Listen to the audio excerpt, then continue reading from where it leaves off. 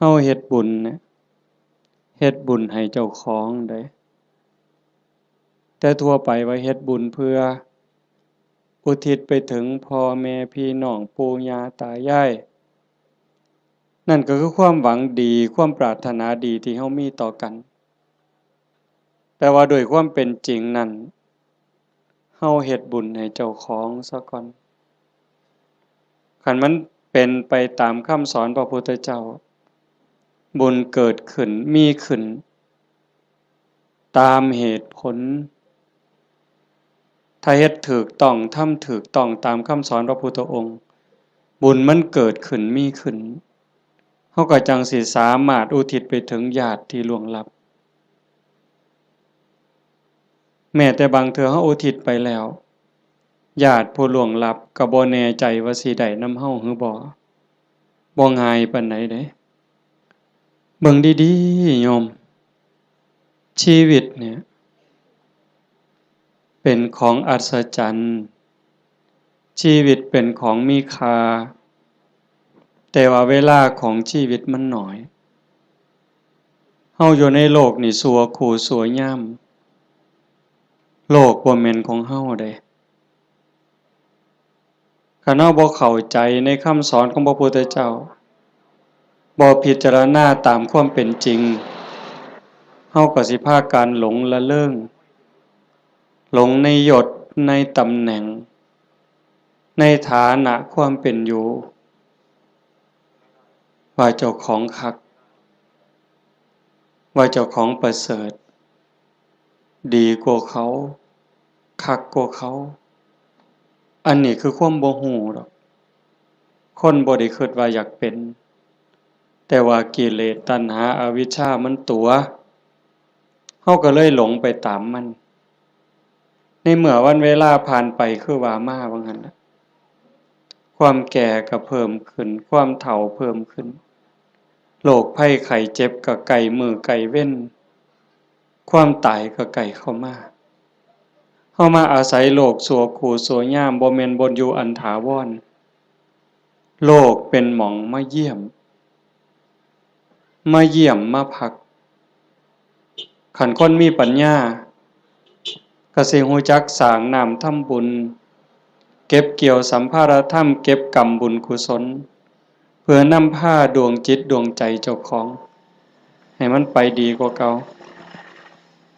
ให้มันไปดีไปงามเพราะว่าถ้าตราบใดเฮายังบ่ทันถึงมรรคผลนิพพานการเวียนว่ายตายเกิดมีแน่นอนโยมจงมั่นใจเด้บาปมีจริงบุญมีจริงชาติหน้าชาติก่อนมีจริงนรกก็มีจริงสวรรค์มีจริงเฮ็ดดีก็ย่อมได้รับผลดีจริงเฮ็ดชั่วก็ย่อมได้รับผลชั่วจริงผู้ที่มีสัมมาทิฏฐิเบื้องต้นจังสี่ก็จังสิพยายามบ่ให้วันเวลาชีวิตผ่านไปโดยเปล่าประโยชน์พยายามสิเอากำไรให้มันเป็นชีวิตที่มีกำไรเฮามาเยี่ยมมายามมีวันเวลาที่อาศัยอยู่ในโลกนี้บ่โดนก็ถือเอาประโยชน์ให้ได้หลายที่สุดเพราะว่าเมื่อสิ้นลมหายใจปั๊บทุกอย่างคืนสู่ธรรมชาติบ่ได้หยังจากแนวนอกจากว่าโลกเป็นสถานที่ที่เฮามาเยี่ยมมาเยือนมาพักชั่วคราวในขณะเดียวกันชีวิตส่วนที่เป็นร่างกายเนี่ยก็บ่แม่นของเฮาอีกเป็นของยืมชีวิตเป็นของยืมเฮายืมมาจากธรรมชาติยืมจากดินจากน้ำจากลมจากไฟก่อกำเนิดเกิดมาเป็นร่างกายหมดเวลาก็ต้องคืนให้เขาดินเอาคืนให้ดินน้ำคืนให้น้ำลมคืนให้ลมไฟคืนให้ไฟแต่ว่าชีวิตส่วนที่เป็นจิตใจจิตวิญญาณก็ต้องเดินทางต่อไปในวัฏสงสารไปไสล่ะ บ่ฮู้ไปสู่อบายก็ได้นรกเปรตอสุรกายสัตว์เดรัจฉานผู้ที่สร้างบุญไว้บ่พอคือว่ารักษาจิตไว้บ่ดีก็ย่อมล่วงลงสู่อบายแต่หากผู้ใดตั้งโตอยู่ในความบ่ประมาทคือญาติโยมทั้งหลายนี้เป็นผู้บ่ประมาทในความบ่เฒ่าบ่แก่บ่เจ็บบ่ไข้คิดว่ากูบ่ตายง่ายดอกเฮาบ่คิดบ่ประมาทในความบ่เฒ่าบ่แก่บ่เจ็บบ่ป่วยแล้วก็บ่ประมาทในวันเวลาของชีวิตมันสร้างบุญสร้างกุศลเชื่อว่าบุญกุศลนั้นเป็นที่พึ่งผู้ที่เดินทางสายศีลสายธรรมละบาปบำเพ็ญบุญมันขัดเกลาจิตใจขันมันต้องจากโลกนี้ไปต้องตายลงโอกาสสิไปสู่สุคติไปสู่สวรรค์ไปสู่พรหมมันก็มีสูงแม้นว่าสิกลับมาเกิดเป็นคนอีกถ้ามันบ่ทันถึงพระอริยเจ้าขั้นสูงสุดมันก็ต้องกลับมาในเมื่อดวงจิตดวงวิญญาณมันได้เก็บเกี่ยวเอาบุญกุศลเป็นสมบัติของดวงจิตไว้หลายพอสมควรหลังจากหมดเวลาบนสวรรค์บนพรหมกลับมาเกิดเป็นคนอีกเถื่อเป็นคนงามรูปร่างหน้าตาผิวพรรณฐานะความเป็นอยู่ก็ดีสติปัญญาเฉลียวฉลาดโรคภัยไข้เจ็บหน่อยอายุยืนอันนี้เป็นเรื่องของบุญบุญเป็นผู้จัดสรรเป็นผู้ดลบันดาลเป็นผู้กำกับบุญนั่นจึงเป็นที่เพิงเป็นมิตรสหายในทุกๆสถานทุกการทุกเวลาแต่ว่าบาปนั้นมันตรงกันข้ามเป็นสิ่งตามหลังตามพรานเป็นสิ่งที่ตามเผาล้นก่อให้เกิดความทุกข์ความเดือดร้อนคือผู้บ่ตั้งใจบ่เชื่อ สร้างบาปสร้างกรรมด้วยกายวาจาใจความคิดก็บ่ถูกต้องคำเว้าก็บ่ถูกต้องการกระทำก็บ่ถูกต้องเฮ็ดอันใดก็หวังเอารัดเอาเปรียบผู้อื่นในชีวิตเป็นอยู่นี่ก็หาความสุขบ่พอมีความทุกข์อยู่เรื่อยมีความเดือดร้อนอยู่เรื่อยจากโลกนี้ไปก็ล่วงลงสู่อบายนรกเปรตอสุรกายสัตว์เดรัจฉานกลับมาเกิดเป็นคนอีกเถื่อทุกข์ลางเทื่อพิการตั้งแต่ในท้องตาบอดแน่หูหนวกแต่เกิดจังซี้แข้งบ่ลาขาบ่เกิงมือบ่ครบเป็นแนวใดโยมว่าพิกลพิการทั้งร่างกายแล้วเกิดในตระกูลที่ยากจนขี้ร้ายพร้อมพิการพร้อมจนพร้อมโรคภัยไข้เจ็บหลายพ้อแต่แนวบ่ดีเดือดร้อนบ่จบบ่สิ้นอันนี้ก็คือบาปเป็นผู้กำกับบาปเป็นผู้แสดงเป็นผู้กำกับการแสดงแล้วก็ส่งผลก่อให้เกิดความทุกข์ความเดือดร้อนผู้บ่ประมาททั้งหลายก็จังพยายามขนขวายในการสร้างบุญแต่มาจังว่าอนุโมทนาสาธุกับญาติโยมโดยเฉพาะเจ้าภาพ จริงๆกับเจ้าภาพทุกคนเจ้าภาพทุกคนที่มาร่วมกันในมื้อนี้เฮาตั้งใจสิเฮ็ดบุญกุศลอุทิศไปถึงโยมพ่อใหญ่ตาโยมแม่ใหญ่พุทธอุทิศแปลว่าให้เฮ็ดบุญหวังสิส่งไปฮอดโยมแม่ใหญ่ตาโยมพ่อใหญ่พุทธบุญรัตน์อันนี้ก็คือเจตนาอันนี้คือความหวังตั้งใจของญาติโยมทุกคนแต่ว่ามันสิเป็นไปดังใจบ่อาตมาเว้าค้างไว้ตั้งแต่ตอนต้นๆลางเทื่อเฮาคิดจังหนึ่งคิดจากได้จังซี่แต่มันก็บ่แม่นคือใจเฮาคิดหมดคันคือใจเฮาคิดหมดเฮาก็คือสิเป็นเศรษฐีกันซุคนบ่มีผู้ใดอยากทุกข์จากคนบ่มีผู้ใดอยากขี้ร้ายตั้งแต่เลขบ่ทันซื้อก็หวังว่าสิถูกอยู่ บ่ต้องเว้าถึงซื้อแล้วเด้นี่อันนั้นคือความหวังถูกเลข3โตวก็บ่เอาส่ำเด้ผู้ลางคนนี่อยากถูกฮอดรางวัลที่1พู้นซื้อลอตเตอรี่หั่นแต่มันเป็นคือคิดบ่ล่ะตั้งแต่ของอยู่ในโลกนี่เห็นกันอยู่เว้ากันอยู่มันก็ยังบ่แม่นอันนี้สิเฮ็ดบุญให้ผู้ตายนี่โห้ยไกลแฮงไกลความคิดชาโนชโสนีพราหมณ์นั่นเพิ่นเป็นคนเฮ็ดบุญอยู่บ่อยๆแล้วก็อุทิศบุญหาญาติไปกราบทูลถามพระพุทธเจ้า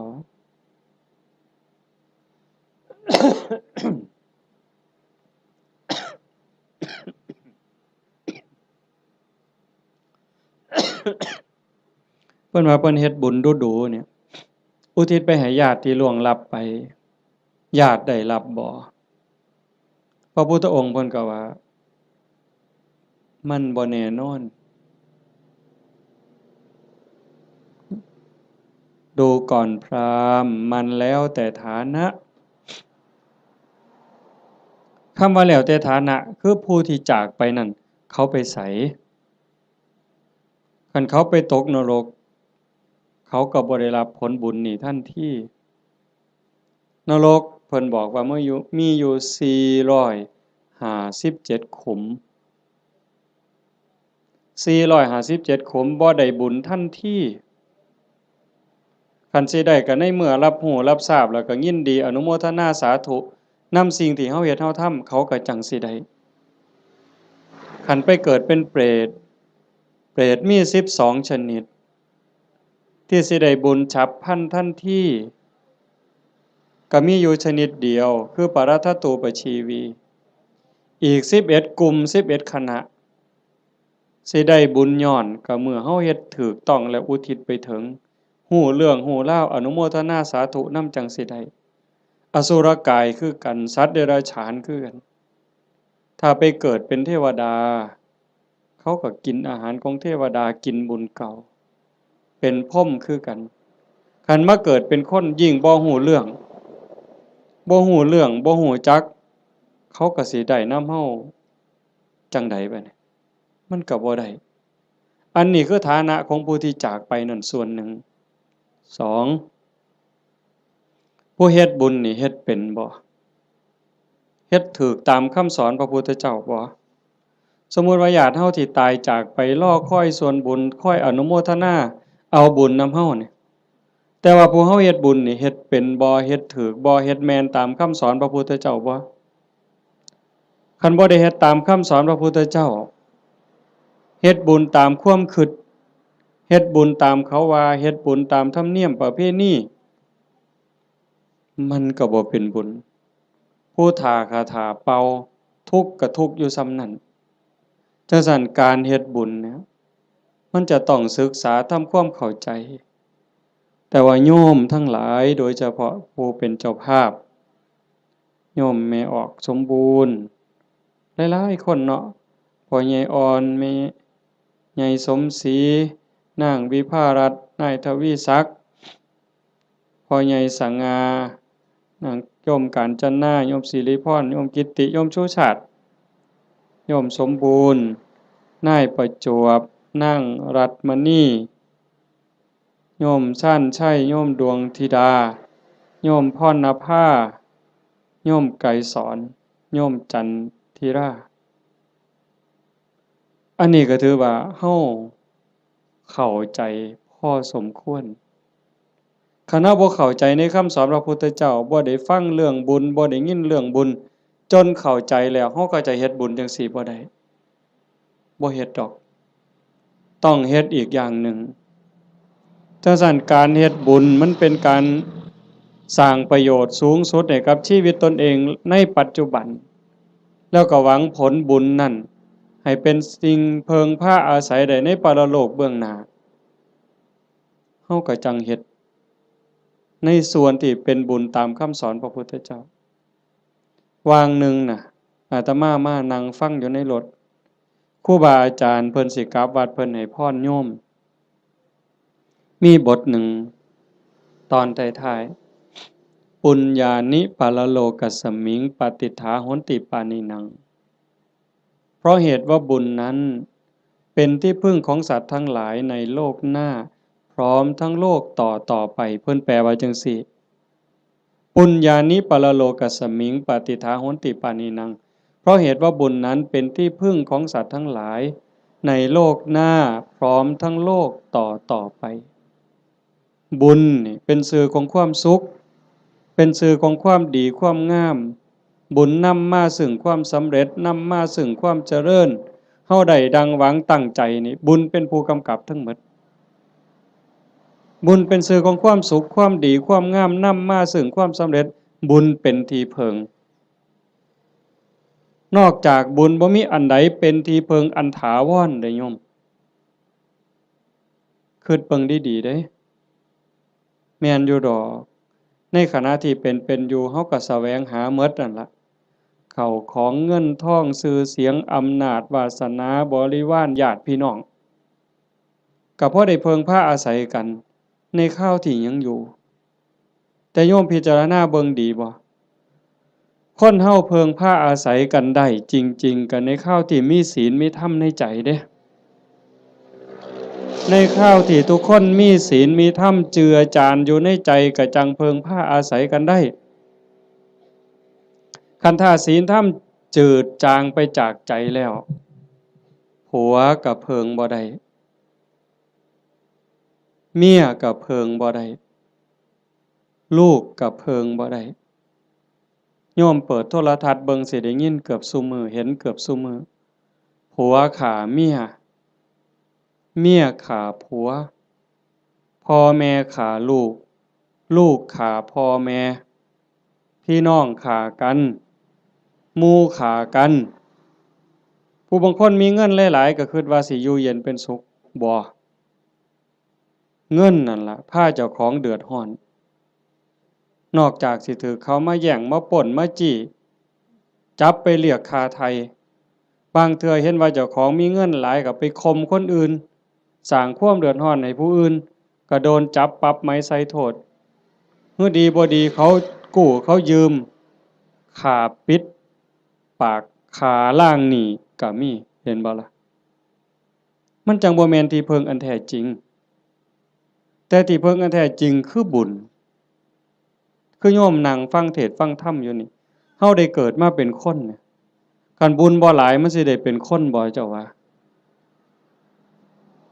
นกหนูปูปีกงัวควายช้างม้าสัตว์เดรัจฉานทั้งหมดคันจะเว้าไปไล่ไปทั้งหมดตั้งแต่สัตว์นรกอเวจีจนถึงภวากพรหมบ่มีผู้ใดที่บ่เคยพ่อเป็นแม่เป็นพี่เป็นน้องอาตมาบ่ได้เว้าเอาเด้พระพุทธเจ้าเว้าเด้ในวัฏฏะสงสารนี้ไม่มีใครเลยที่ไม่เคยเกิดเป็นพ่อเป็นแม่เป็นพี่เป็นน้องเป็นญาติร่วมสายโลหิต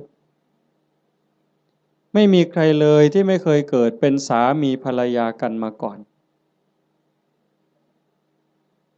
โยมอยู่นี่หลายๆคนเคยเป็นผัวเป็นเมียกับหนอนกับมดกับยุงที่มันมากัดเฮานี่นั่นคือวัฏฏะสงสารเป็นหยังเขาต้องไปเป็นแบบนั้นนั่นคือบุญเขาบ่พอสร้างบาปสร้างกรรมเฮามีบุญหลายได้รักษาศีลหาไว้มีกุศลกรรมบท10พอสมควรจังทรงให้เฮาได้เกิดมาเป็นคน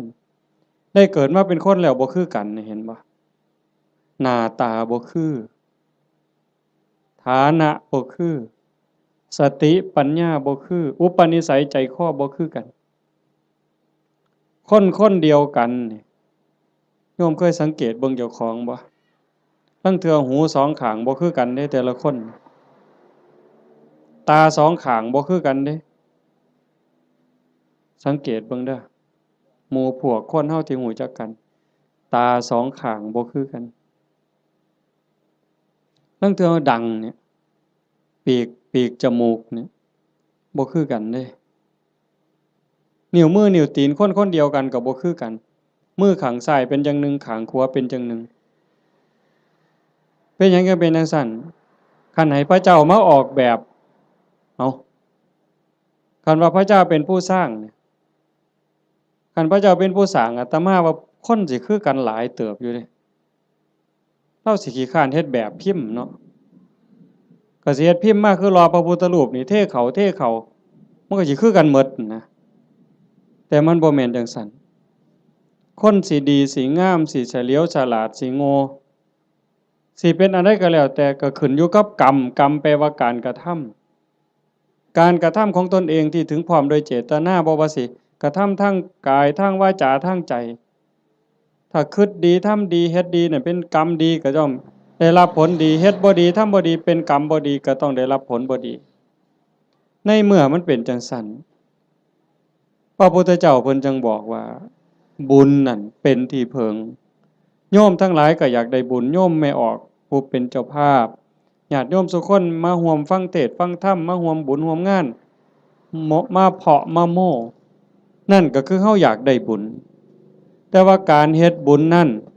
เฮ็ดจังไดมันจังสิได้หลายขึ้นกว่าเก่าปู่ย่าตายายเพิ่นบอกว่าเฮ็ดบุญกฐินมันได้บุญหลายโยมก็ตั้งอกตั้งใจอยากเฮ็ดบุญกฐินในชีวิตหนึ่งให้มันได้เป็นเจ้าภาพทอดกฐินมันสิได้บุญหลายอาตมาก็ว่าเป็นไปได้ถ้าเฮ็ดเป็นเด้ถ้าเฮ็ดบ่เป็นมันก็บ่เกิดบุญคำโบราณเพิ่นว่ามีกฐินบูดกฐินเน่ากฐินเศร้าหมองอีหยังเพิ่นว่าจังซี่แต่คันเฮ็ดเป็นบัดมันก็งดงาม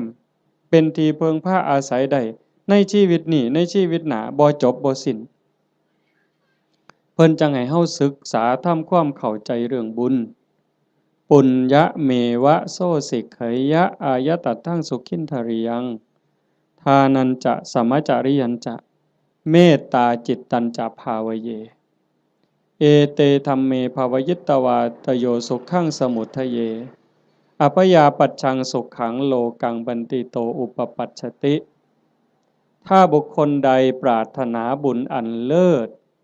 พึงศึกษาทำความเข้าใจเรื่องบุญนั้นให้ดีๆจงเลือกทำบุญชนิดที่มีความสุขเป็นกำไรโยมฟังเข้าใจบ่เนี่ยถ้าบุคคลใดปรารถนาบุญอันเลิศจงศึกษาทำความเข้าใจเรื่องบุญนั้นให้ดีๆจงเลือกทำบุญชนิดที่มีความสุขเป็นกำไรคำว่าบุญอันเลิศคือบุญประเสริฐ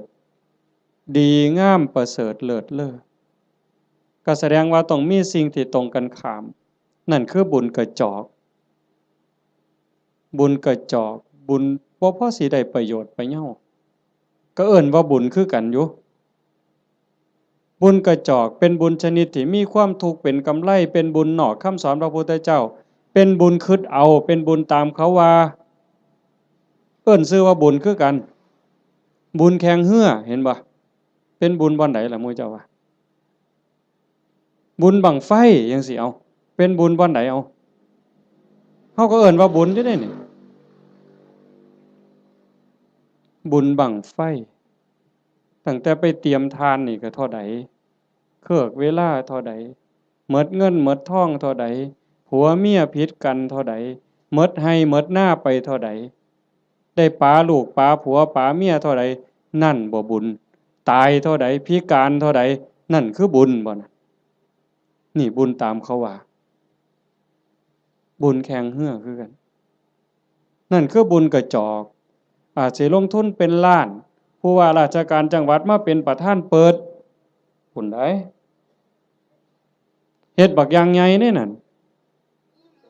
คันระดับจังหวัดก็ยังแต่คักหลายกว่าเก่าดีบ่ดีก็ฆ่ากันตายในงานนั้น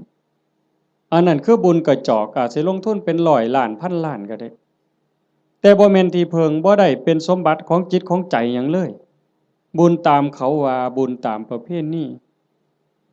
อีกอย่างหนึ่งขันบุญในบ้านในชุมชนจังซี่แต่อาตมาเป็นเด็กน้อยคือบวชมาใหม่ๆก็ยังได้มีซุมื้อก็ยังเหลืออยู่แต่ก็น้อยลงในบางจุดพอเฮาเว้าดูชี้แจงดูอย่างว่า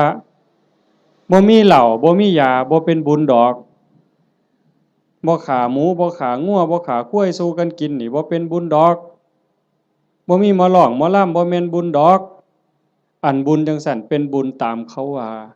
เป็นบุญกระจอกนอกพุทธศาสนาบุญชนิดนั้นมีความทุกข์เป็นกำไร มีความทุกข์เป็นกำไรมีความทุกข์เดือดร้อนตามมาบ่จบง่ายบ่สิ้นง่ายแถวตำบลดอนแลดเนี่ยอาตมากระเสือว่าโยมเคยเห็นปีกายอาตมาเทศน์ทั้งฟังนั่นอันนั้นเฮงแต่หมดหลายอยู่ด้วยกอตองหมอลำครูหมู่ฮ้อข้าวต้มมวยแม่นบ่งั้นจังซี่นี่หมอลำ300,000พุ่นก็ว่าเอาบุญบักคักเด้อเอาก็ได้ไปก็แล้วแต่ว่าบุญที่พระพุทธเจ้าสอนมันเป็นบุญชนิดที่มีความสุขเป็นกำไรอาจสิบ่ต้องลงทุนพอสลึงก็ได้บัดมันมีหยังแหน่บุญที่พระพุทธเจ้าสอนเป็นบุญในเขตพุทธศาสนาเป็นบุญสงบเย็นแล้วก็มีความสุขเป็นกำไรทานันจะท่านคือการให้การแบ่งการปันโยมให้ออกสมบูรณ์ต้อนรับพี่ในป่าพ่อลุงน่ะบ่าวน่ะสาวลูกเต่าเล่าหลานมาเพาะมะโม่บุญตั้งแต่น้ำเป่าๆน้ำดื่มธรรมดาแก้วหนึ่งต้อนรับกันโยมไม่ออกสมบูรณ์ก็สบายใจเห็นบ่ไหว้กันต้อนรับกันทักทายปราศัยเว้ากันดีๆซ้ำนี่ก็เป็นบุญบุญคือความสุขฟังให้ดีเด้บุญคือความสุขความอิ่มใจความเบิกบานใจแล้วบุญนั้นไม่มีโทษบ่แม่นม่วนซื่อๆเด้ต้องบ่มีโทษบ่มีภัยนำในโลกนี้ในโลกหน้า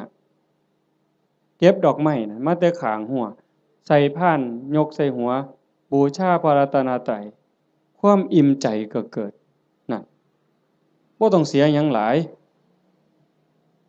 ยิ่งคือตอนเพลเฮาได้ถวายเพล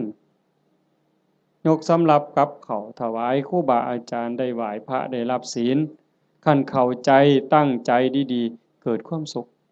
เกิดความอิ่มใจตรงนี้คันญาติพี่น้องเพิ่นอยู่ในฐานะที่สิได้เพิ่นก็ได้คันเฮาเฮ็ดถูกเฮ็ดแม่นนี่เพิ่นต้องได้คันเฮ็ดบ่ถูกบ่แม่นหมดร้อยล้านพันล้านก็บ่เป็นบุญบ่ได้นำจังว่าทานันจะทานคือการให้การแบ่งการปันตั้งแต่อามิสทานวัตถุทานข้าวน้ำสามปลาโภชนาอาหารปัจจัย4ทั้งหมดที่เฮาถวายกับหมู่สงฆ์ก็แล้วแต่อันนี้มันเกิดความสุขคันยิ่งธรรมทานให้ความรู้ให้ความเข้าใจที่ถูกต้องให้คำแนะนำที่เป็นประโยชน์ในการดำรงชีวิตที่เป็นศีลเป็นธรรมเป็นไปเพื่อความถูกต้องดีงามอันนั้นเป็นธรรมทานอานิสงส์ก็ยิ่งใหญ่กว่าเก่าบัดนี้คันเลยไปฮอดอภัยทานล่ะให้อภัยญาติโยมเคยเป็นอยู่บ่เฮาเครียดให้คนเครียดให้หมู่ก็ตามให้เอื้อยให้อ้ายก็ตามให้พี่ให้น้องก็ตามให้ลูกให้หลานหรือให้ลูกไผลูกเขยเฮาเครียดเฮาขมกักไว้ในใจนี่มันทุกข์มันอุกมันอัง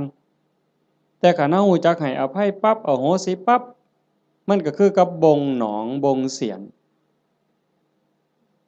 นเคยตำมือตำตีนตำแข้งตำขาต้องเอาซ้ำมือนี่ล่ะไปเสียนไม้ไผ่น้ำขอบเตียงขอบหยังมันเตรียมตำมือเข้ามานี่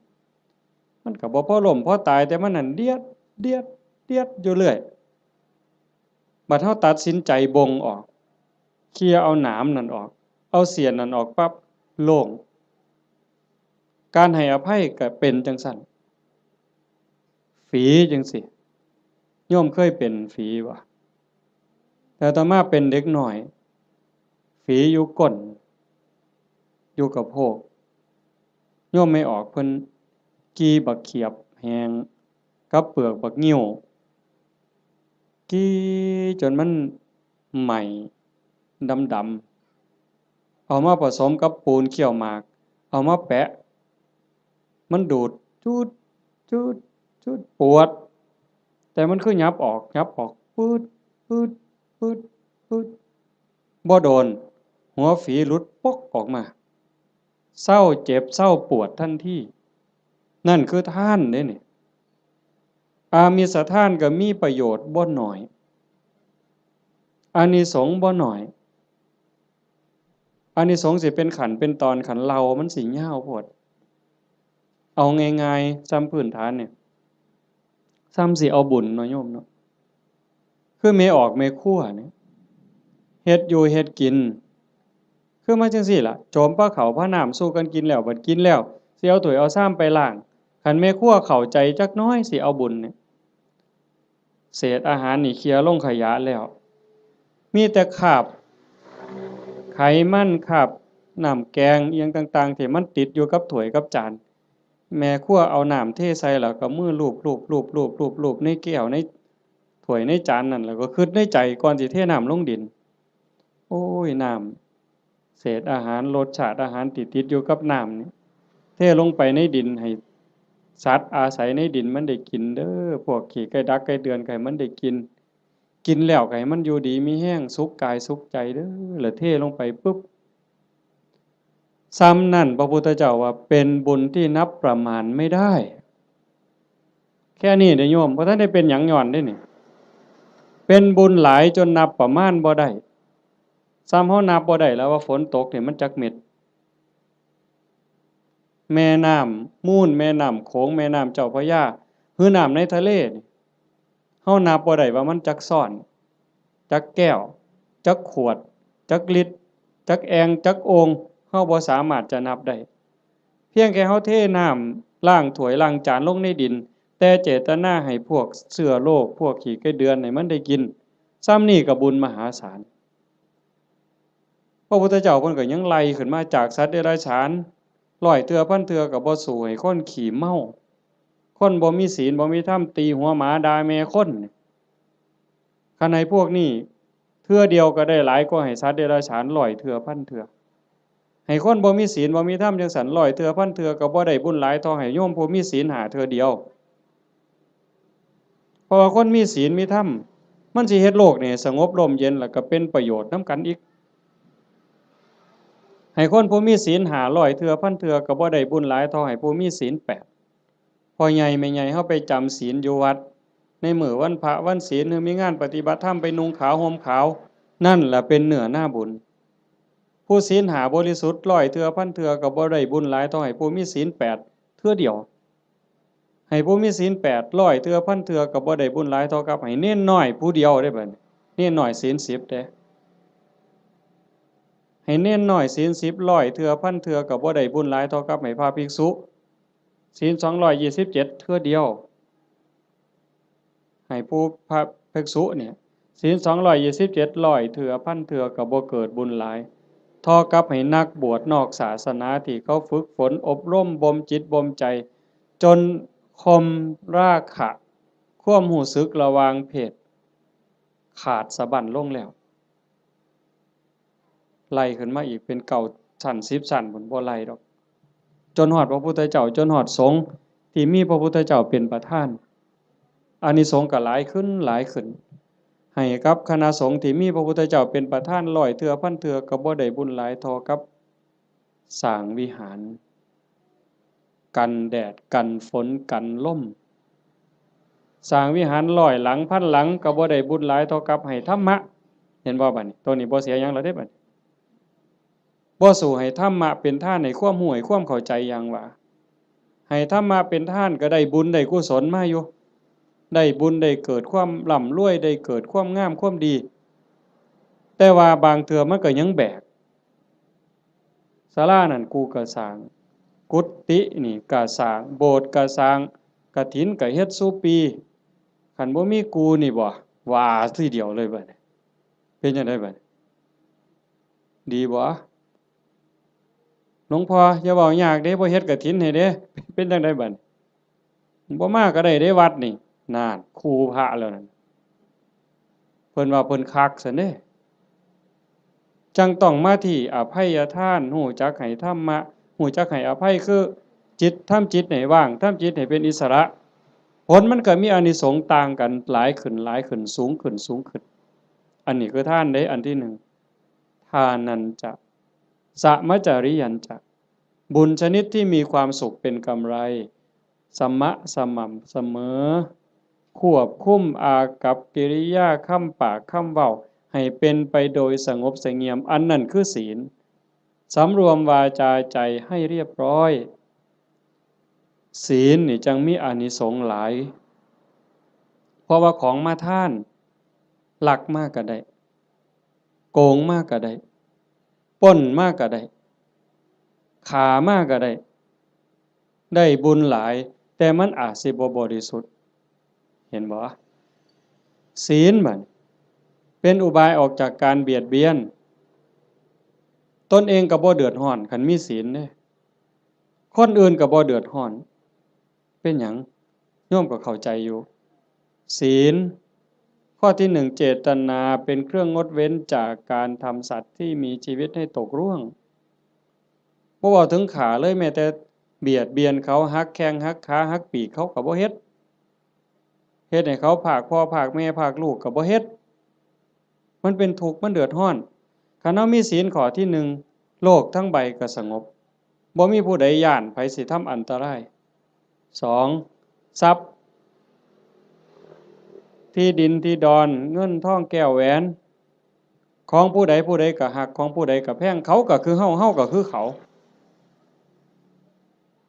ชีวิตและทรัพย์สินกันเว้าข้อที่หนึ่งอีกจักหน่อยเนี่ยร่างกายอย่าว่าแต่มาเข็นมาฆ่าเถาะทุบตีก็บ่เอาไปเอามานี่แม่ออกพ่อออกเคยเป็นบ่หมอสิฉีดยาป้องกันโรคป้องกันภัยเขาสิฉีดวัคซีนบ่ให้เฮาเจ็บเฮาป่วยบางเทื่อก็เจ็บบ่ให้เขาฉีดตั้งแต่ไปโรงเรียนนี่ครับว่าหมอสิฉีดยามื้ออื่นนี่โอ้ยข่อยไข้ลดแล้วข่อยบ่ไปแล้วเห็นบ่นั่นคือชีวิตเขาก็คือเฮาคือเขาทรัพย์สินสมบัติคือกันข้อ3ลูกหลานผัวเมียพี่สาวพี่ชายน้องสาวน้องชายผู้ใดก็คือกันผู้ใดก็ฮักผู้ใดก็หวงญาติพี่น้องของเจ้าของสามีภรรยาลูกหลานเจ้าของคันเฮาเห็นอกเห็นใจกันจังซี่คันบ่ได้แต่งการแต่งงานบ่แม่นว่าเฮาฟังคือตื้นๆเข้าใจกันเผินๆว่าศีลข้อที่3นี่ไม่ให้ล่วงเกินสามีภรรยาคนอื่นจริงๆบ่แม่นแต่ผัวเขาเมียเขาเด้ลูกหลานพี่สาวพี่ชายน้องสาวน้องชายคันบ่ทันได้เข้าพิธีแต่งงานสมรสพ่อแม่เขาบ่ทันอนุญาตเฮาไปล่วงเกินเขาก็ผิดศีลข้อนี้หมดข้อ2เจตนาเป็นเครื่องงดเว้นจากการถือเอาสิ่งของที่เจ้าของเขาไม่ได้ให้สิยักยอกสิปล้นเอาลักเอาว่าห้ามลักเดี๋ยวปล้นเอาซะดอกจังซี่ว่าก็บ่แม่น4เจตนาเป็นเครื่องงดเว้นจากการพูดเท็จเฮาก็บ่อยากให้ไผตัวเฮาบ่อยากให้ผู้ใดมาเว้าให้เฮาผิดอกผิดใจบริวารหรือว่าองค์ประกอบที่จะเฮ็ดให้มันผิดให้มันเศร้าหมองนี่นอกจากโกหกแล้วก็ยังมีเว้าส่อเสียดยุยงให้แตกร้าวสามัคคียุให้ผู้นั้นผิดกับผู้นี้เว้าเพ้อเจ้อไร้สาระหาแก่นสารบ่ได้เว้าคำหยาบคำหยาบคำด่าที่ฟังแล้วเฮ็ดให้ทุกข์ใจเจ็บใจอันนี้ก็ต้องงดเว้นอันนี้เป็นศีลเนี่ยเจตนาเป็นเครื่องงดเว้นจากการดื่มเสพเครื่องดองของเมาเฮาก็สิคิดว่าแต่บ่กินเหล้าอย่างเดียวบ่ให้กินเหล้ายาม่าสูบได้บ่กัญชาเฮโรอีนได้บ่จริงๆเพิ่นมีทั้งสุราทั้งเมลัยทั้งของเมาต่างๆคันเฮาไปเสพไปสูบทั้งอมทั้งดมทั้งเคี้ยวเฮ็ดให้ขาดสติสัมปชัญญะบางเทื่อเป็นบ้าอย่างมันคลั่งยาบ้าจับแม่เจ้าของปาดคอพ่อเจ้าของปาดคอมันดีบ่อนใดบัดคันเฮาเฮ็ดได้จังซี่มันก็เป็นเครื่องคุ้มครองบ่เบียดเบียนตนเองบ่เบียดเบียนผู้อื่นความเดือดร้อนก็บ่ต้องเกิดขึ้นในโลกในสังคมอันนี้คือบุญชนิดที่มีความสุขเป็นกำไรที่พุทธเจ้าเพิ่นสอนข้อที่2 3เมตตาจิตตัญจภาวะเย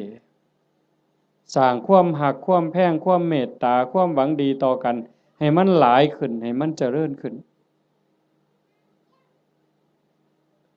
อย่างเฮาเฮ็ดสมาธิเบิ่งญาติโยมหลายๆคนท่าทางนี่เฮาเป็นคนวัดคนว่าจำศีลภาวนาไปปฏิบัติธรรมนำครูบาอาจารย์บ่อนหั้นบ่อนนี้ สังเกตเบิ่งบ่เวลาเฮาเดินจงกรมด้วยความตั้งใจหลอมสติในอารมณ์ปัจจุบันเวลามานั่งสมาธิก็มีสติที่ลมหายใจเข้าออกคัน10นาทีผ่านไป20นาทีผ่านไปคันฮอด30นาทีแฮ่งแต่สุดยอดคันเฮามีสติในอารมณ์ปัจจุบันลมหายใจเข้าก็ฮู้ลมหายใจออกก็ฮู้ลมสั้นก็ฮู้ลมยาวก็ฮู้ใจโยมสินิ่งใจนิ่งใจสบายกายเบาจิตเบาความรู้สึกที่เป็นสุขมันจะเกิดขึ้นสมองก็ปลอดโปร่งเบากายเบาใจความคิดอันดีอันงามเกิดขึ้นมาคันมันหลายไปกว่านั้นอีกสงสารคนรู้โตนคนบ่เว้าแต่ว่าคนที่ฮักกันแพงกันเด้แม้แต่คนเป็นคู่กรรมคู่เวรด่าเฮารังแกเฮาเบียดเบียนข่มเหงเฮาก็สิมีความเมตตาให้เขารู้โตนเขาอีกต่างหากเขาเบียดเบียนข่มเหงฆ่าตีเฮานี่สิเอาโทษเอาเรื่องผู้อื่นสิเอาโทษยุให้เอาโทษจับเข้าคุกเข้าตารางปรับไหมใส่โทษเฮาผู้ถูกตีถูกฆ่าหัวล้างข้างแตกแขนหักขาหักบางเทื่อโอ้ยบ่ว่าหยังดอกรู้โตนมันให้อภัยมันซะเห็นบ่คันคนในโลกมีจิตสภาพนี้ล่ะโยมว่ามีใจเป็นจังซี่ล่ะที่โอบอ้อมไปด้วยศีลด้วยธรรมจิตที่ถูกห่อหุ้มด้วยศีลด้วยธรรมด้วยความเมตตาต่อกันโลกมันสิเป็นจังไดโยมว่าที่มันวุ่นวายอยู่จังซี่ย้อนคนขาดศีลขาดธรรมบ่ใส่ใจต่อศีลต่อธรรมก็เลยมีแต่ความเห็นแก่เนื้อแก่ตัวเอาเปรียบแม้กระทั่งเมียเจ้าของบ่ต้องเว้าผู้อื่นเด้เอาเปรียบเมียเจ้าของเอาเปรียบผัวเจ้าของลูกเต้าเอาเปรียบพ่อแม่แน่นอนเลยเลี้ยงมาพาใหญ่ตั้งแต่พูนอุ้มผ้าคาท้องยากปานใดไม่ออกหูดีบ่ต้องจักถามดอกว่าพ่อแม่สิรักเฮาส่ำใดห่วงใยเฮาส่ำใดโยมถามเจ้าของรักลูกแต่มื้อใดยายหึถามจักหน่อยนี่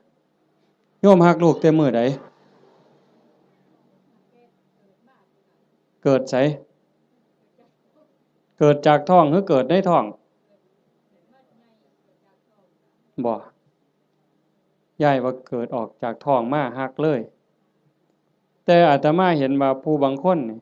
ส่วนหลายรักตั้งแต่ว่าลูกมีในท้องพู้นว่าตั้งท้องแล้วรักเลยลุกก็ระวังย่างก็ระวังกินก็ระวังนอนก็ระวังสิกินอันใดลงไปคันถ้าแม่นเจ้าของมักปานใดเคยกินเคยแซ่บแต่คันว่ามันสิเฮ็ดให้ลูกแสบลูกร้อนหยุดนั่นคือความรักเด้รักตั้งแต่ว่าลูกอยู่ในท้อง9 เดือน10 เดือนคลอดมาก็เกือบล้มเกือบตาย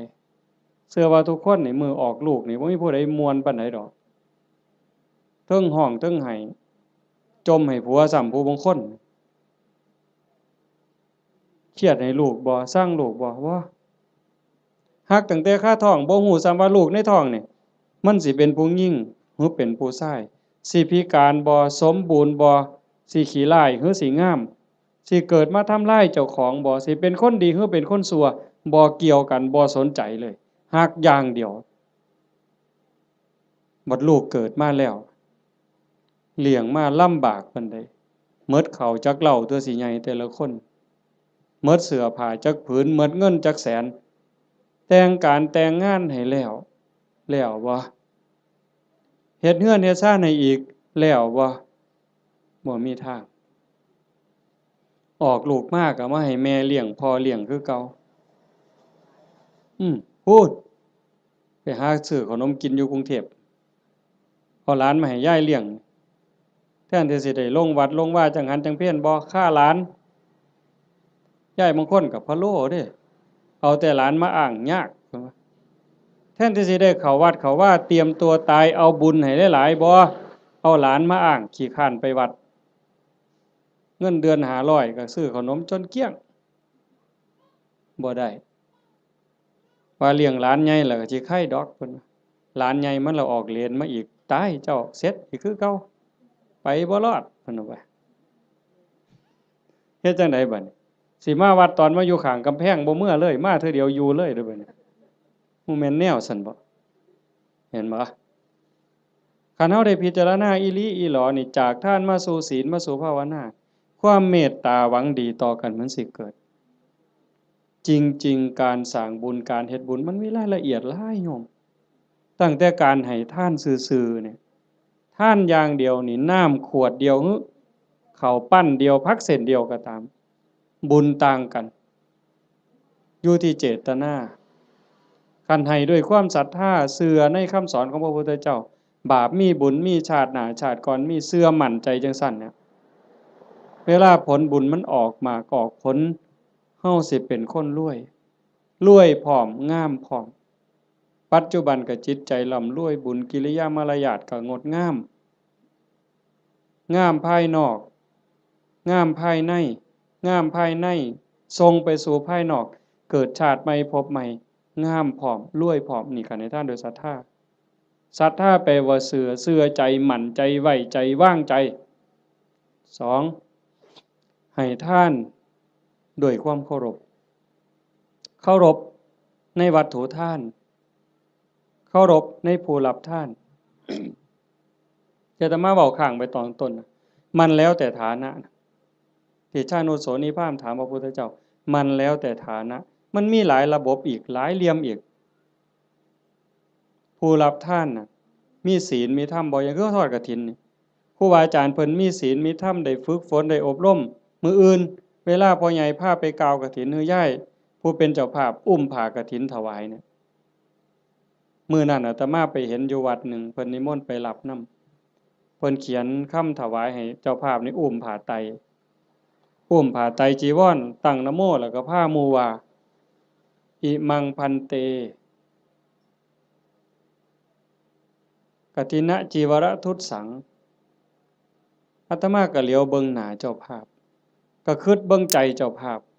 คิดเบิ่งใจญาติโยมอีกหลายๆคนโยมว่าเป็นตาอ่อนซ่อนบ่ในชีวิตหนึ่งเฮาได้อุ้มผ้าไตรจีวรกล่าวถวายสังฆทานถวายผ้ากฐินว่าเป็นบุญใหญ่เป็นบุญสุดยอดมันสิเป็นความภูมิใจสิเป็นบุญปานใดโยมว่าคิดเบิ่งเด้อยายชีวิตหนึ่งนี่เฮาให้ได้เฮ็ดคันบ่ได้เฮ็ดกองใหญ่เป็นเรื่องเป็นราวคือเพิ่นกลับไปห่วมเพิ่นเฮ็ดได้อันนี้คือสิ่งที่ได้เด้บุญเนี่ยติดตามไปในโลกนี้โลกหน้าหน้ามีไผได้เฮามาอาศัยโลกชั่วคราวบ่แม่นของเจ้าของดินนี่สิว่าของเฮาซั่นบ่หน้านี่สิว่าซื้อเจ้าของในโฉนดสิภูมิใจซั่นบ่มันสิภูมิใจจักมื้อจักหน่อยเขาก็เปลี่ยนเป็นชื่อผู้อื่นล่ะเฮ้ยอยู่ในทะเบียนบ้านมันจะสิสถานะเจ้าบ้านนี่ชื่อขึ้นก้อนหมู่นั่นสถานะเจ้าบ้านน่ะจะร้องตายมึงติพอ24ชั่วโมงยังเขามาทับตาแดงใส่ปรับหล่นตายว่าซั่นว่าเจ้าบ้านเจ้าบ่ต้องไปไสเด้อเจ้าอยู่หั่นเด้คันแม่นเจ้าบ้านอีหลีนั่นต้องเป็นเจ้าของอยู่ตลอดมันบ่แม่นหน้าก็บ่ได้สวนก็บ่ได้รถก็บ่ได้บ่ได้หยังจักอย่างแนวใดคือบุญนี่แนวใดเพิ่นจังว่าต้องทำความเข้าใจอิหยังให้มันหลายๆทานก็เฮาให้ด้วยความศรัทธาให้ด้วยความเคารพในผู้รับทานครูบาอาจารย์เป็นผู้มีศีลมีธรรมผู้รับทานเป็นหมู่สงฆ์เฮาถวายข้าวสงฆ์เจ้าของเองก็เป็นผู้บริสุทธิ์ย้อนหยังสะอาดย้อนหยังย้อนศีลก่อนสิทำบุญให้ทานถวายต่างๆเพิ่นจังให้เฮาสามารถทานศีลนั่นคือชำระความเศร้าหมองในใจคันเฮาไปฆ่าสัตว์มามันก็เศร้าไปลักเขามาก็เศร้าไปนอกอกนอกใจสามีไปล่วงเกินผู้อื่นมามันก็เศร้าหมองเอาน้ำมาอาบหมดน้ำทะเลมันก็บ่สะอาดใจบ่สะอาดดอกไปตั๋วเข้ามาไปดื่มเสพเครื่องดองของเมามาสิใช้ผงซักฟอกอันใดสบู่อันใดล้างออกมันก็บ่สะอาดแต่คันสมาทานศีลปั๊บปานาติปาตาทินากาเมมุสาสุราปั๊บพระสงฆ์เพิ่นสรุปศีลให้ปั๊บสำบายใจล้างความหม่นหมองความเศร้าหมองในใจนั่นออกมา นั่นเป็นผู้บริสุทธิ์นี่เด้มันสิเกิดภละอานิสงส์หลายมันแล้วแต่ฐานะสิเกิดบุญจังไดนี่หนึ่งผู้ให้บริสุทธิ์สองวัตถุที่มาทำบุญก็บริสุทธิ์สามผู้รับก็บริสุทธิ์ผ่ากฐินมาทอดกฐินนี่มันสิบริสุทธิ์บ่เป็นกฐินเน่ากฐินบูดกฐินเศร้าหมองบ่ผ่านั่นบ่ได้ลักไผมาบ่ได้ยืมไผมาเป็นของที่เกิดด้วยหยาดเหงื่อแรงงานด้วยความบริสุทธิ์ผ่าเก่าก็ได้ย่ายผ่าเก่าก็ได้กลางเก่ากลางใหม่ก็ได้ผ่าใหม่ก็ได้ผ่าบางสุกุลก็ได้ไปเก็บมาแต่กองขยะพุ่นก็เป็นกฐินได้ไปเก็บมาจากกองขยะสีกได้เถอะค่ะท่อนละซ้ำฝ่ามือทำศอกซ้ำแขนมาหยิบต่อกันเฮ็ดผ้าสบงได้ผืนหนึ่งเก่าๆก็ได้แต่ว่าเป็นกรรมสิทธิ์โดยชอบธรรมโดยความถูกธรรมนั่นคือวัตถุทานที่บริสุทธิ์บุญกุศลมหาศาลแล้วก็ประกอบกับเจตนาอีกก่อนให้นี่มีศรัทธาบ่ตั้งใจไว้ดีบ่คันมีความศรัทธามีความเหลื่อมใสของนั้นแม้นมันสิน้อยสิราคาหลายปานใดพักเครื่องเส้นแต่ก่อนให้มีความศรัทธามีความตั้งใจสักกจังทานังเทติให้ท่านด้วยความเคารพด้วยความศรัทธาเนี่ยของนั้นมันสิมีค่ามีราคาหน่อยเฮาตั้งอกตั้งใจถวายพระพุทธเจ้าว่าบุญบ่น้อยของได้มาด้วยความชอบธรรมได้มาแล้วโดยธรรมเป็นของบริสุทธิ์ก่อนให้ก็มีศรัทธามีความเหลื่อมใสในขณะที่หยิบยื่นให้ทรงให้ยกประเคนก็ภูมิใจดีใจให้ไปแล้วหลังให้ก็มีความปีติยินดีคิดพ่อยามใดก็สุขใจอิ่มใจภูมิใจจนน้ำตาหลั่งน้ำตาไหลบุญจะเกิดอันนี้คือฐานะที่เฮ็ดให้บุญมันมีพลังสามให้ท่านตามการกฐินนี่ก็ประยุกต์เข้ามาในหันเพราะว่าวัดหนึ่งรับได้เทื่อเดียวในรอบปีเดือนเดียวเท่านั้นคันมือร้อยกระทงไปแล้วสิมีเงินแบ่งพันนี่เต็มปะล่ำนี่ก็ทอดกฐินบ่ได้หมดโอกาสเห็นบ่มันถือการถือเวลาคันผู้ใดให้ท่านตามการตามเวลาเพิ่นบอกว่าเมื่อบุญมันออกหมากออกผลเต็มที่แล้วตกทุกข์ได้ยากลำบากลำบนบ่อนใดอยู่ไสก็ตามสิมีคนซอยเหลือแม่นเว้ากันบ่ฮู้เรื่องก็สิมีคนซอยคันบ่มีผู้ซอยอยู่บ่อยู่ก็ถูกเลขบ่อยากถูกก็ถูกเฮาสิได้ยินอยู่เรื่อยพวกถูกลอตเตอรี่ถูกแจ็คพอตบางเทื่อก็แม่ค้าขายผักบางเทื่อก็3ล้อบางเทื่อก็คนกวาดถนนพวกเรานี่บ่ได้ซื้อประจำดอกกวาดถนนไปเข็นผักไปรู้ตนเห็นคนตาบอดเห็นคนพิการที่มาขายลอตเตอรี่เฮามีใจรู้ตนนี่คนทุกข์นี่จะรู้ตนกันบางเทื่อก็บ่อยากได้บ่อยากซื้อแต่ว่าเพราะอยากอุดหนุนเขาหยิบให้แน่บ่เบิ่งฮอดตัวเลขซื้อมาแล้วก็ใส่กระเป๋าไว้บ่หัวซ่าเลขออกไปแล้ว2มื้อ3มื้อจังมาคิดพ้อตรวจเบิ่งก่อนนะนั่งว่างๆตรวจเบิ่งถูกซ้ำนี่เป็นผลบุญจากการให้ท่านตามการตามสมัยคือกฐินจังซี่อันนึงคนตกรถตกเรือบ่มีค่ารถจังซี่ลูกกำพร้าคนด้อยโอกาสจังซี่คนถูกไฟไหม้บ้านน้ำท่วมนาหนาวบ่มีเสื้อผ้าห่มเฮาซอยเหลือในคราวที่คนอื่นเดือดร้อนนี่มันเป็นการละทานผลบุญเกิดเฮาสิได้มีคนซอยเหลือท่านการท่านเวลาการให้ทานโดยจิตโดยความเคารพที่ว่ามาวังหันข้อที่2ขามมานิดนึงเคารพในผู้รับทานเคารพในวัตถุทานผลบุญเกิดสิได้ลูกดีผัวดีเมียดีข้าทาสบริวารสิเป็นคนซื่อสัตย์ไว้ใจได้วางใจได้มีอานิสงส์หมดเด้4กฐินนี่ก็เข้ามาในนี่อีกทานด้วยจิตหวังอนุเคราะห์ตามธรรมดางานกฐินมันสิเป็นเรื่องของพระเรื่องกฐินเป็นเรื่องของพระบ่เกี่ยวกับโยมออกพรรษามามื้อวันแฮม1ค่ำเดือน11จนฮอดวันเพ็ญเดือน12ระยะเวลา1เดือนนี่ภาษาธรรมเพิ่นสิเอิ้นว่าจีวรการเวลาแห่งการแสวงหาผ้า ออกพรรษาปั๊บเพิ่นก็สิแยกย้ายกันไปเพราะว่าผ้าสมัยเก่ามันบ่ได้ดีคือซุมื้อผ้ามันเปื่อยเป็นฝ้ายอีโป้แม่นบ่พ่อใหญ่อาตมาก็ได้ใช้อยู่ย้อนหลังไป40กว่าปีหั่นฝ้ายตำเอาเองมันบ่ได้เหนียวบ่ได้หมั่นปานนี้มายิ่งสมัยก่อน2,600กว่าปีโยมว่ามันสิปานใดบัดไปเก็บมาจากกองขยะผ้าห่อศพจังซี่ผ้าเปื้อนประจำเดือนไม่ออกก็ไปถิ้มจังซี่ผ้าไปฉีกเอามาต้มน้ำเลือดน้ำเหลืองออกซักน้ำออกมาเย็บเป็นผืนแต่บัดมื้อนี้ย้ายผู้เป็นเจ้าภาพพร้อมลูกพร้อมหลานเขียนหนังสือว่าสั่นก็ถือพานดอกไม้ไปกราบหลวงพ่อเจ้าอาวาสหลวงปู่หลวงตาครูบาอาจารย์บ่ต้องลำบากเด้อบ่ต้องกังวลเด้อเรื่องกฐินปีนี้ข้าน้อยสิพาลูกพาหลานพาพี่พาน้องเฮ็ดถวายดอกเด้อให้ครูบาอาจารย์สำบายใจได้ศึกษาธรรมะปฏิบัติธรรมะมาบอกมาสอนพวกผู้ค้านี่คือการให้ทานด้วยจิตหวังอนุเคราะห์นั่งเมื่อให้ทานด้วยจิตหวังอนุเคราะห์จังสี่ผลบุญมันเกิดในเมื่อผลบุญเกิดขึ้นมาปั๊บเพิ่นบอกว่าเฮาสิได้ใช้ได้สอยแต่สิ่งดีสิ่งงามของเหลือเลือกเขาก็เป็นของดีเขาเลือกไปหมดแล้วเหลือไว้อันเดียวเฮาเอามาใช้ก็สิเป็นของดีมีคุณภาพมีความคงทนอันนี้บุญได้เป็นผู้เอาให้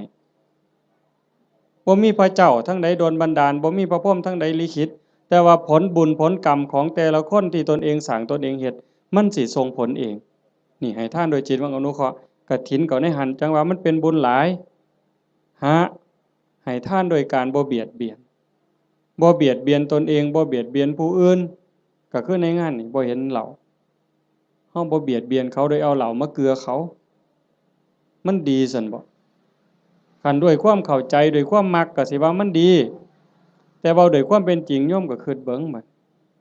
คันว่ามันดีเลี้ยงเหล้ามันดีนี่ลูกเฮาน้อยๆเอาเหล้ากอกมันเบิ่งสมมุติว่าไปเล่นในบ้านผู้เฒ่าจับเอาเหล้ากอกหลานเฮานี่ยายสิว่าจังได๋ยามผัวเมาเหล้านี่สำบายใจบ่ไปนั่งกินอยู่นั่นก็เคิกเวลาเฮ็ดนาแล้วอันนั้นบ่ทันเมาได้แต่นั่งกินอยู่นั่นก็บ่แห้งแล้วเธอเมาล้มป่องงองนอนคาบหญ้าหมาเลียปากอยู่หั่นบัดลูกก็อยากอายคนเมียก็อยากอายคนเคิกเวียกไปอีกเป็นมื้อดีบ่ดีทะเลาะวิวาทตีกันหัวล้างข้างแตกขึ้นโรงขึ้นศาลอีกหวยแขนหักขาขาดพิกลพิการลูกกำพร้าเต็มบ้านเต็มเมืองนี่ย้อนเหล้ายังสิว่าดีอยู่อำเภอรัตนะนี่บ่ปานใดดอกเนาะไกลสุรินทร์จักหน่อยคนสุรินทร์ไม่กินสุรายังว่าหมาสุรินทร์เสยอยู่เว้ยแต่ว่าซุมื้อมันเปลี่ยนแล้วเนาะไปอยู่ศรีสะเกษแทนแล้วบัดนี้อันนั้นก็บ่ยอมแพ้คือกันในทางนั้นก็ได้แต่ว่าเฮานี่มันพัฒนามาแล้วโยมเห็นบ่มันบ่ดีเฮาก็จังทำบุญโดยการบ่เบียดเบียนคันเฮาทำบุญด้วยการไม่เบียดเบียนนี่พระพุทธเจ้าเพิ่นบอกว่าเมื่ออานิสงส์เกิดผลบุญมันทรงเต็มที่เฮามีดินมีดอนมีไร่มีนาเรือนซ่านบ้านซองทรัพย์สินสมบัติโจรลักบ่ได้ไฟบ่ไหม้ของเฮาลมบ่พัดของเฮาให้เสียหายเห็นบ่เพิ่นจังว่าเฮ็ดบุญกฐินมันได้บุญหลายมันก็แม่นคันเฮ็ดเป็นบ่เป็นก็จอดคือกันลงทุนเป็นแสนเป็นล้านก็ลองเบิ่งติล่ะคันเฮ็ดแบบว่าน่ะนี่ขาหมูขางัวสั้นขาสังลางไว้นี่ผู้ใดมาก็ปาดก้อยซกเล็กอยู่กับนี่โลดเอ้าลองเบิ่งเราก็เอารถมาจอดไว้นี่อยากกินเท่าใดก็กินนี่มันจะบ่ตีกันหัวล้างข้างแตกอยู่นี่เจ้าภาพสิไปอยู่ไสล่ะเจ้าว่ากินบ่อิ่มด่าเจ้าภาพอีกเมามาฮากใส่เจ้าภาพเสร็จอีกลองเบิ่งเป็นบุญบ่ใดบัดนี้บ่มีแต่ว่าคันแนวนี้แม่ป้าพ่อลุงแม่ใหญ่จักมาแต่ไสนี่มานั่งฟังเทศน์ฟังธรรมนำกันด้วยความสงบงามอันนี้มันเกิดบุญมื้อนี้จะเว้าเรื่องกฐินจักนิดนึงแต่ว่ามันจะได้บุญหลายแนวใดเขาเบิ่งเอาแต่ซ้ำสายตาเฮาเห็นคันเป็นบุญอย่างอื่นบุญแจกข้าวบุญอัฏฐาซื่อๆโยมก็บ่เฮ็ดคักปานนี้อันนี้เตรียมการโดนเป็นแห้มเดือนแห้มปีตั้งต่อเพราะว่าเฮาเชื่อว่ามันเป็นบุญ บอกลูกบอกหลานว่าลูกเอ้ยหลานเอ้ยทั้งลูกไผ่ลูกเขยหมู่เจ้าเก็บเงินเด้อออมเงินเด้อประหยัดแน่แม่สิพาเฮ็ดบุญกฐินหาพ่อใหญ่แม่ใหญ่หาปู่หาย่าหาพ่อผู้มีพระคุณในวงตระกูลเฮาอย่าสะเอาแต่สองนี่เด้บ่แม่นเพียงแค่ตาพ่อใหญ่ตาแม่ใหญ่พุทธบุญรัตน์อย่างเดียวพ่อแม่ในอดีตปู่ย่าตาทวดในชาติก่อนภพก่อนผัวชาติก่อนเมียชาติก่อนลูกเต้าเหล่าหลานแต่อดีตตลอดฮอดเจ้ากรรมนายเวรเฮาเอาพ่อใหญ่ตาแม่ใหญ่พุทธนี่เป็นหลักแล้วก็ต่อไปฮอดพวกที่เฮาบ่เคยฮู้จักนั่นคือพวกเหล่านั้นเพิ่นอาจจะรอคอยรับบุญรับกุศลที่โยมเฮ็ดอยู่เฮาจะบ่ขี้ทีแฮ่งให้แฮ่งได้อย่าไปเว้าเด้มันเรื่อยๆอยู่แม้แต่อยู่วัดครูบาเขารายการจังซี่หรือไปเทศน์บางหม่องยังมีอยู่ในความคิดจังซี่ว่าคันอุทิศไปให้ผู้อื่นมันสิบ่หมดบ่เพิ่นย้านบุญเพิ่นหมดเฮ็ดแล้วต้องเอาผู้เดียวคันกรวดน้ำอุทิศไปมันสิหมดบ่เพิ่นย้านบุญหมดจริงๆมันบ่หมดยิ่งให้ยิ่งได้ยิ่งให้ยิ่งหลายเฮาเบิ่งคือเฮาเตรียมกฐินผูกผ้าเตรียมอาสสงฆ์เฮ็ดฝาเฮ็ดผ้าข้างหลังเฮ็ดสายลุงหาบักกล้วยบักอ้อยบักพร้าวตั้งอิหยังขึ้นมาไม้กวาดหามากกกล้วยกกอ้อยหามากองกฐินนี่มันยิ่งใหญ่ความตั้งอกตั้งใจจังซี่มันก็ก่อให้เกิดบุญพอเฮาเฮ็ดด้วยศรัทธาเฮ็ดด้วยความเคารพเฮ็ดด้วยความตั้งใจนี่อานิสงส์มันหลายแล้วก็อีกอย่างหนึ่งหลังจากเฮานอกจากเฮาจะเฮ็ดด้วยความตั้งอกตั้งใจด้วยความศรัทธาแล้วประโยชน์มันเกิดกับพระพอประโยชน์เกิดกับพระที่เอิ้นว่าอานิสงส์เกิดกับพระแล้วมันก็ยังย้อนมาใส่โยมแม้แต่เฮาบ่เฮ็ดจังซี่อ่าอานิสงส์ที่มันเกิดจากการเป็นคนดีมีศีลมีธรรมที่เฮาเฮ็ดอยู่ประจำพระพุทธองค์เพิ่นก็บอกว่ามันมีอยู่4อย่างอันนั้นคือสากลสิใส่บาตรหน้าบ้านหน้าเรือนซอยเหลืองานสาธารณะจังซี่งานวัดงานโรงเรียนงานตำรวจงานอนามัยเฮาไปซอยด้วยความตั้งใจด้วยความจริงใจเพิ่นว่า1ชื่อเสียงอันดีฟุ้งกระจรไปไกลก็แม่นอีหลีคันโยมเป็นคนดีมีจิตใจเอื้อเฟื้อต่อโลกต่อสังคมชื่อเสียงอันดีฟุ้งกระจรไปไกล2คนดีย่อมคบหาดีดูดดีชั่วดูดชั่วพวกเล่นไพ่มันก็บ่ได้มาติดประกาศผู้ใหญ่บ้านบ่ได้ประกาศเอิ้นเด้มื้อนี้เด้อผู้ใดสิไปเล่นไพ่ไปส่งนั่นเด้อเขายังขาดขาอยู่ผู้ใหญ่บ้านบ่ได้ประกาศเด้ไปเองหมู่มันสิกินเหล้าก็บ่ได้เอิ้นประกาศมาเด้อตอนนี้มาแล้วเหล้าขาวก็มาแล้วเหล้าสีก็มาเบียร์ก็มาหมดทุกยี่ห้อฟ้าวมาบ่ได้เอิ้นไปเองมันดูดกันไปดีดูดดีชั่วดูดชั่วอันซุ่มไปวัดปฏิบัติธรรมนั่งสมาธิอันนี้ก็บ่ได้ยากคือกันไปแล้วบ่เฒ่าพร้อมแล้วบ่โทรศัพท์ถ้าค่อยได้เด้อไปโลดเห็นบ่อันนี้คือกันอานิสงส์ของคนเฮ็ดคุณงามความดีชื่อเสียงอันดีฟุ้งกระจรไปไกล2คนดีย่อมคบหา3เป็นที่รักของมนุษย์และเทวดามนุษย์คือผู้มีใจสูงใจดีใจงามมีศีลหาเต็มเปี่ยมมีกุศลกรรมบท10หวังดีต่อพี่ต่อน้องนั่นคือมนุษย์เป็นมนุษย์คนแล้วก็เทวดาคนมีหิริมีโอตตัปปะนอกจากมีศีลแล้วมีธรรมแล้วก็ยังอายซัวกลัวบาปเข้ามากำกับในใจอีกนั่นเป็นมนุษย์เทโวเทวดาคนยังเป็นนี่แหละแล้วเทวดาที่เฮาบ่เห็นโต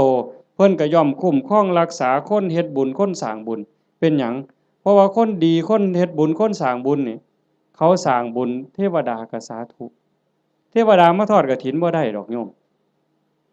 เชื่อบ่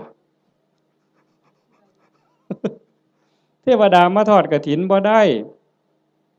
เทวดาสิมายกผ้าเข่าถวายพระบ่ได้เฮ็ดจังได๋ล่ะก็สาธุแหละเห็นหมู่เฮาเฮ็ดมื้ออื่นนี่เพิ่นก็สาธุนั่งฟังเทศน์นี่เพิ่นก็สิสาธุนำเฮาเนี่ยเพิ่ พิ่นก็ได้นำเฮาเพิ่นจังว่า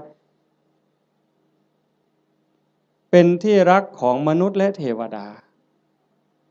เพิ่นฮักเพิ่นคุ้มครองเพิ่นรักษาเพราะว่าเพิ่นได้บุญนำ4เวลาสิตายก็ไม่หลงลืมสติตายจำเป็นแท้เดะคันคนสร้างดีสร้างงามสร้างบุญอยู่บ่อยๆจิตใจมันสิกอดเกี่ยวพันอยู่กับบุญกับกุศลจิตบ่เศร้าหมองจิตบ่กังวลจิตบ่เป็นทุกข์มันก็ย่อมไปสู่สุคติไม่หลงลืมสติตายแต่คันคนไปลักเขาแน่ไปฆ่าเขาแน่ตั้งแต่นอนมันก็สะดุ้งเคยเห็นบ่ล่ะเคยเป็นบ่เจ้าไปเฮ็ดแนวบ่ถูกต้องบ่ดีบ่งามมานอนก็สะดุ้งอย่าสะเว้าแต่บัดสิตายเด้นี่นอนบ่เป็นหลับเป็นตื่นพวกไปลักเขาไปปล้นเขาไปฆ่าเขามานี่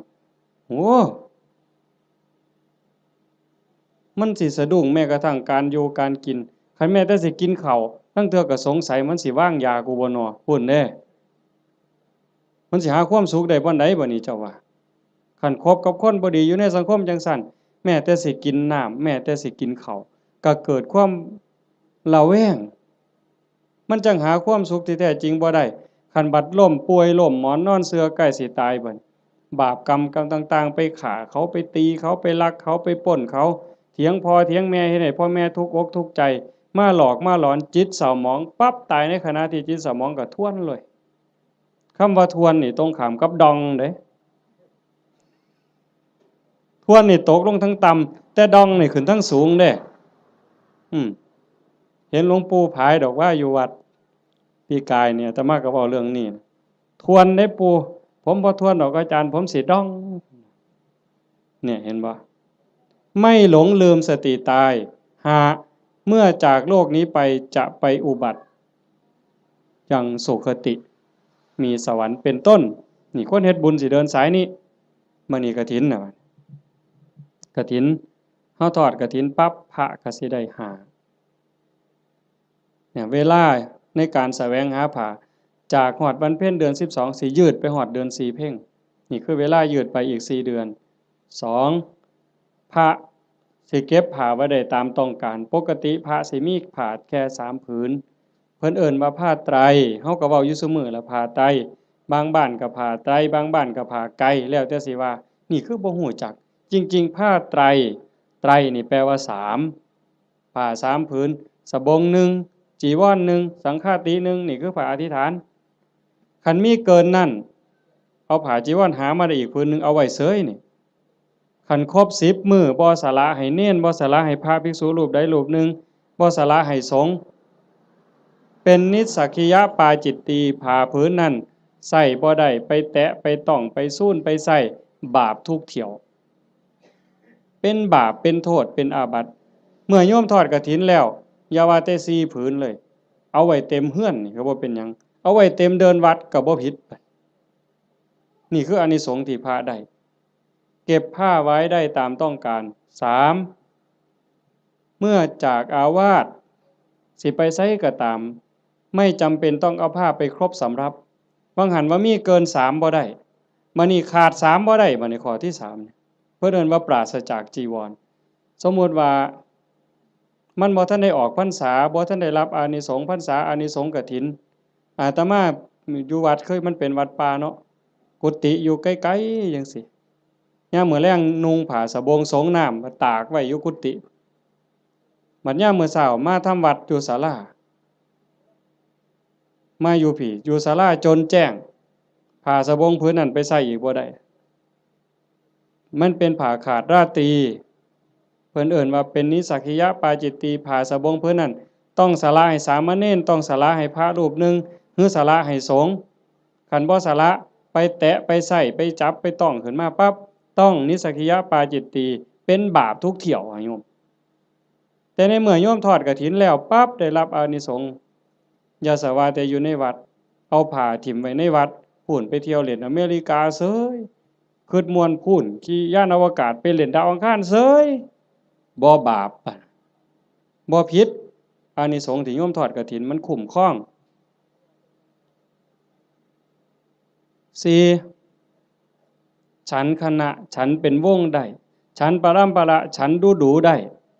ที่จริงพระพุทธเจ้าเพิ่นขอร้องให้พระนี่ฉันในบาตรมันบ่ยากกับผู้อื่นแล้วก็ฉันเทื่อเดียวเฮาบ่ได้ทำให้ทำหน้าบ่ได้ไปแบกไม้ง่ายต่อหากินเองบ่ได้กินดูหลายโยมเขายากเมืองสิซะ ออกซื้ออาหารบ่ได้จังซี่แต่มอโยมทอดกฐินแล้วปั๊บก็สามารถฉันเป็นกลุ่มเป็นวงได้เพราะว่าเฮ็ดผ้ามันอาจสิบ่แล้วง่ายในเวลาจังซี้จักหน่อยก็แล่นไปจูไฟเพราะมันบ่มีสีสำเร็จเด้ฟักบักมี่หาฟืนมาไว้พ่อใหญ่สิเคยเห็นแต่ก่อนแม่นบ่ย้อมเปลือกไม้ย้อมรากไม้ย้อมแก่นไม้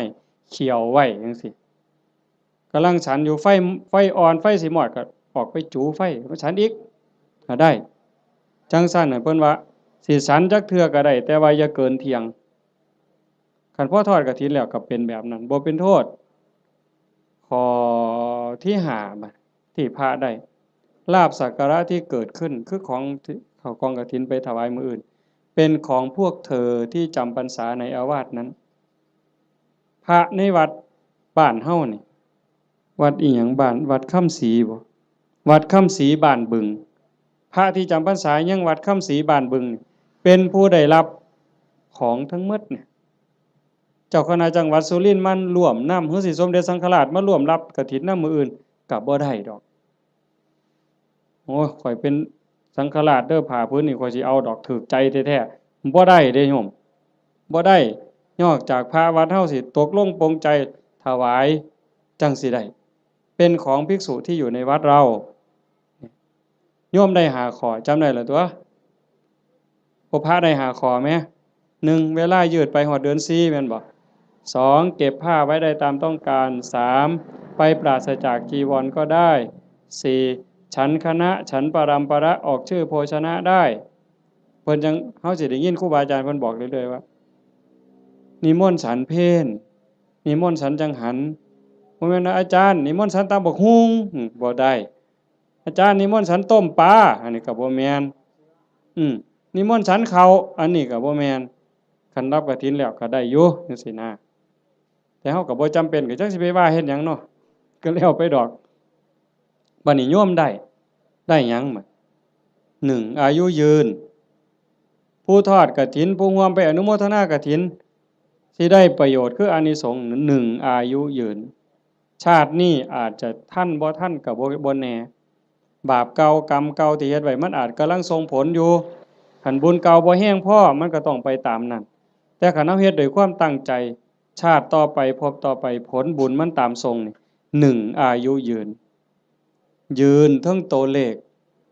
80ปี90ปี100กว่าปีแข็งแรงบ่แม่นนอนอยู่ในห้อง ICU ว่าอายุหลายปานใด100ปีโอ้ก็บ่พอใจดอกแนวนั้นเนาะนอนในห้อง ICU ให้อาหารทางสายยางหันใจเองก็บ่ได้ก็จักสิยืนไปหยังล่ะเว้ยแต่ก็บ่แม่นแต่ตัวเลขซ้ำนั้นผมก็ยืนผมบ่งอกง่ายบ่โลนง่ายจังซี่นะแขวก็ยืนบ่ขูบ่ลนบ่โยกบ่ค้อนนี่ตาก็ยืน70ปี80ปีห้อยก้นเข็มปั๊บแง่ปั๊บดึงจักโลดนั่นคือบุญเด้น่ะคันผู้บุญบ่หลายบัดนี้ว้ายใส่แว่นสายตาตั้งแต่อยู่ประถมพี่อย่าสว่าแต่เข็มเย็บผ้าเลยเข็มเย็บกระสอบนี่ก็จ้อยหูลมแข้งนี่ก็แง่บ่ถึกอยู่ นั่นคือบุญบ่พร้อมโยมคันทอดกฐินแล้วมันสิได้บัดนี้ตาสิดีแต่ชาติต่อไปเด้คันมีของเก่าก็เอาชาตินี้โลดแล้วหูดีบัดนี้หูก็ยืนแขวก็ยืนตาก็ยืนผิวพรรณก็ยืนบ่คือกันเด้ผู้บางคน40ปีนี่เฒ่าเพราะปานหยังแต่ผู้บางคน50 60 70นี่ผิวพรรณยังสดใสอยู่สีดำสีขาวก็ตามดอกแต่ว่าบ่เหี่ยวบ่ย่นหลายนั่นมันเป็นบุญทั้งหมดน่ะโยม1อายุยืนย้อนหยังยืนย้อนโยมถวายกฐินแล้วพระสามารถบ่เป็นโทษทางพระวินัยได้รับอานิสงส์ยืดไปฮอดเดือน4นี่คือมันตอบกันทันที32แม่เว้ย2โยมสิรวยย้อนหยัง ย้อนโยมทอดกฐินแล้วพระสามารถเก็บผ้าไว้ได้ตามต้องการโยมก็สิเป็นผู้ร่ำรวยด้วยโภคทรัพย์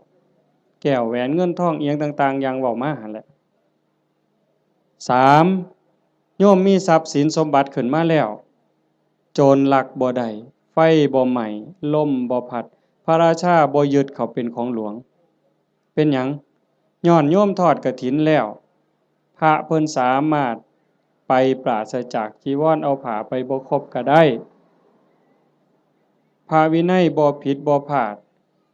ตรงนั้นคุ้มครองทางโทษพระวินัยให้ก็เลยเกิดมาคุ้มครองทรัพย์โยมอานิสงส์มันว่าคุ้มครองตรงนี้โยมถวายกฐินแล้วพระรับผ้าไว้ได้ตามต้องการก็เฮ็ดให้โยมรวย4โยมทอดกฐินปั๊บพระฉันเป็นวงได้ฉันปรัมประออกสื่อโภชนาได้โยมสิได้รับอานิสงส์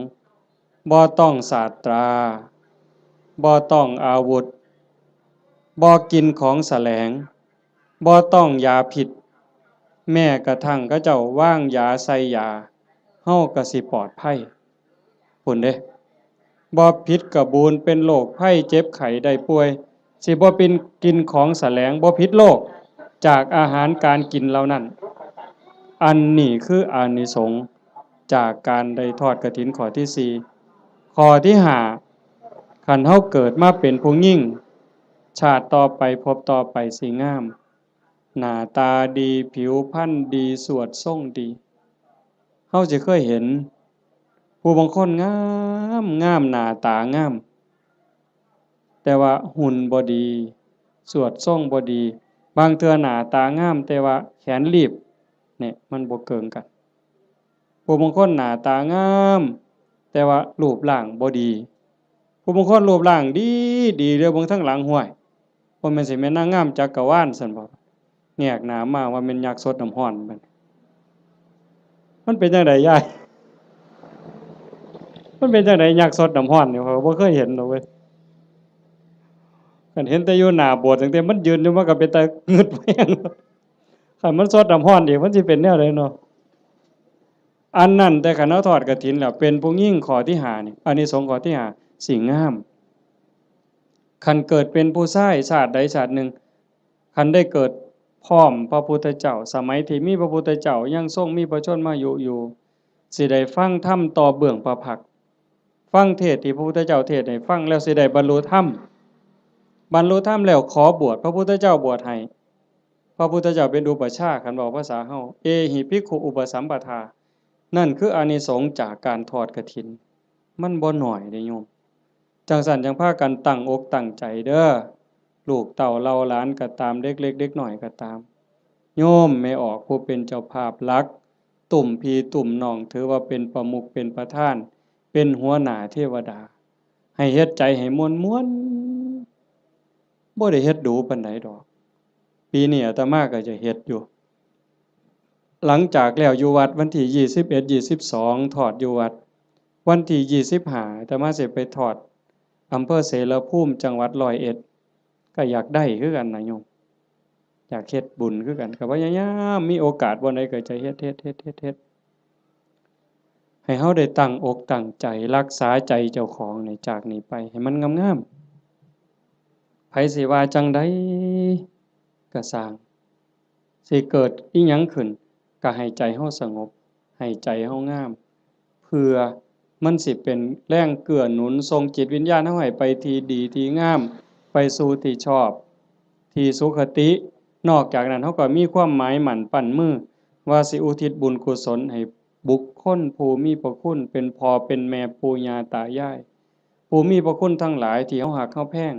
ตลอดถึงเจ้ากรรมนายเวรที่ว่าไปว่าหั่นว่าได้เฉพาะปรัตถตูปชีวีอันนั้นคือได้ทันที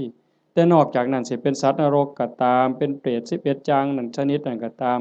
อสุรกายสัตว์เดรัจฉานเทวดาอินทร์พรหม